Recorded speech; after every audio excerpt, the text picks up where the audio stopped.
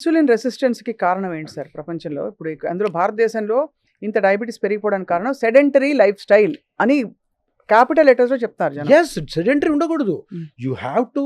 మీరు పొద్దున్న సాయంత్రం వరకు 8 అవర్స్ వర్క్ చేస్తారా? 10 అవర్స్ కూడా వర్క్ చేస్తారు. 12 అవర్స్ కూడా వర్క్ చేస్తున్నారు. But 40 minutes morning and evening తీసి పెట్టండి ఎక్సర్సైజ్కి.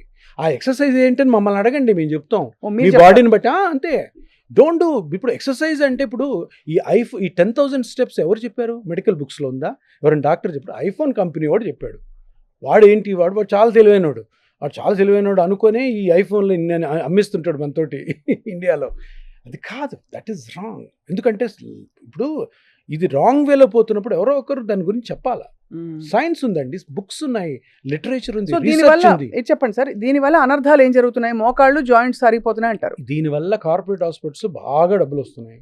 దీనివల్ల మీరు మీ బాడీని డ్యామేజ్ చేసుకొని మీ జోబులో డబ్బులు తీసి వాళ్ళకి ఇస్తున్నారు. మ్మ్. అనవసరమైన సఫరింగ్. నేను ఒకటే చెప్తాను, ఎవరో అడుగుతున్నారు నా క్వశ్చన్, సరే సార్ మీరు పిఆర్పిని స్టార్ట్ చేశారు, ఇంతకుముందు ఉన్నదాన్నే మళ్ళీ స్టార్ట్ చేశారు, బాగా సక్సెస్ అయింది, చాలామంది డాక్టర్లు చేస్తున్నారు, అసలు మీ ఎయిమ్ ఏంటి సార్ అని.